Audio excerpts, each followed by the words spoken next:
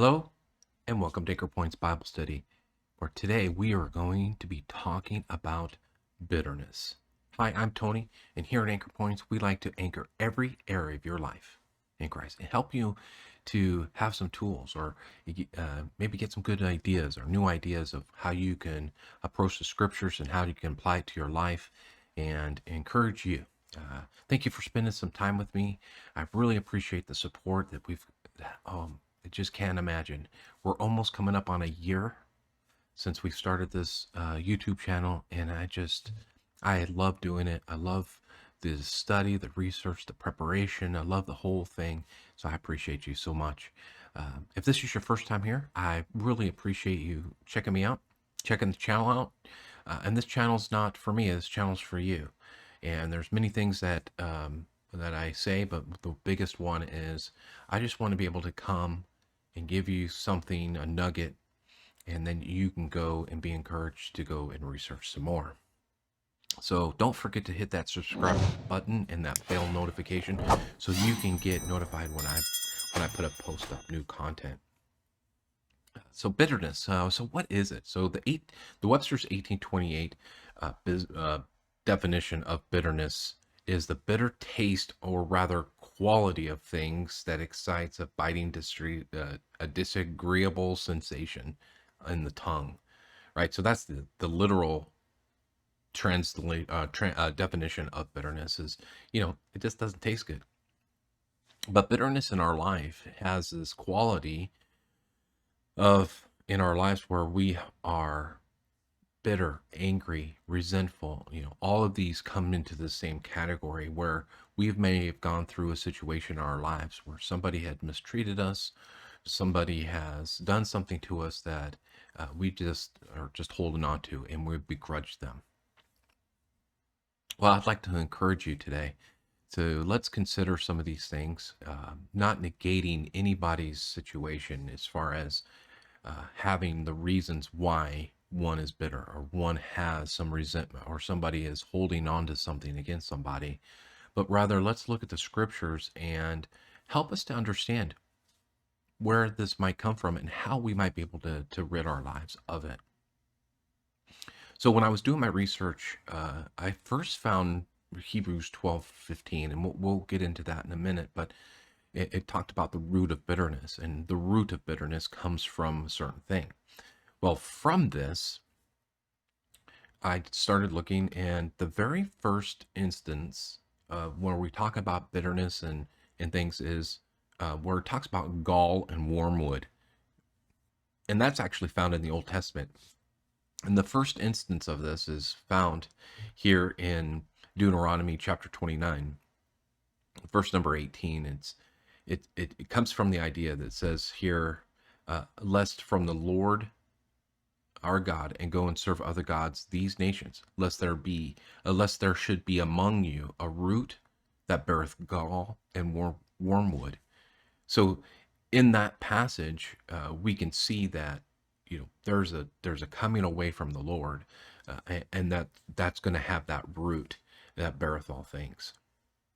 And here, as we can see that this idea that we have this bitterness is because we're not looking at the peace of God. And in my study, I have looked at many different elements, right? I looked at how we can look at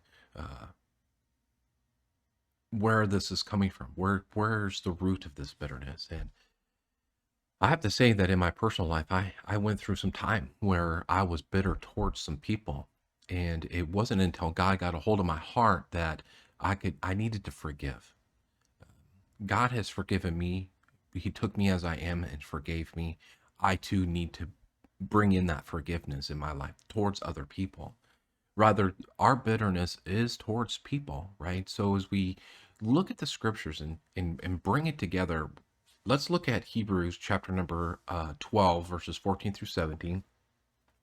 It says, follow peace with all men and holiness, without which no man shall see the Lord, looking diligently, lest any man fail the grace of God, lest any root of bitterness springing up trouble you, and thereby may be defiled, lest there be any fornicator or profane person than Esau, who for a morsel of meat sold his birthright. For ye know how that afterward he would have inherited a blessing. He was rejected. He was found no place of repentance, though he sought it carefully with tears.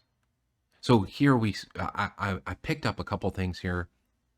Follow peace with all men, holiness, which no man, right? I'm looking at verse 14 again, looking diligently lest any man fail, and then the grace of God, and then it says lest any root of bitterness springing up trouble you, and thereby many be defiled. The word lest, L-E-S-T, that word lest is just a, you know, if you do this, this is going to happen. It's kind of a contrast, right? This is going to happen. This is the negative aspect. You fail the grace of God, and then the root of bitterness is going to spring up and defile many, right? So as we look at this, right? So when I was studying this out, and this is the point I want to make today, is that bitterness in my studies, and something that I keyed in on, was when we have bitterness in our life, there's no peace of God, right? We do not have the peace of God in our lives, right? God tells us in Philippians, and you can look this up, Philippians 4:6, that he's going to give us peace that passes all understanding. Peace is so awesome. It's so great that we can have it in our lives. So what situation in your life do you have bitterness in your life? Is it situational? Is it a person? Is it when you see something, go somewhere, do something? Is there a springing of bitterness? And we can also put hatred and resentment and just a disdain for things. From an unhealthy perspective, my mind, body, and soul needs to be renewed in Christ.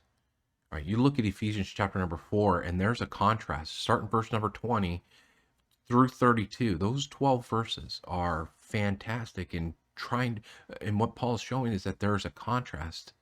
And at the very end, in verses 31 and 32, he says, let all bitterness and wrath and anger and clamor and evil speaking put away from you with all malice, and be kind one to another, tenderhearted, forgiving one another, even as God for Christ's sake hath forgiven you.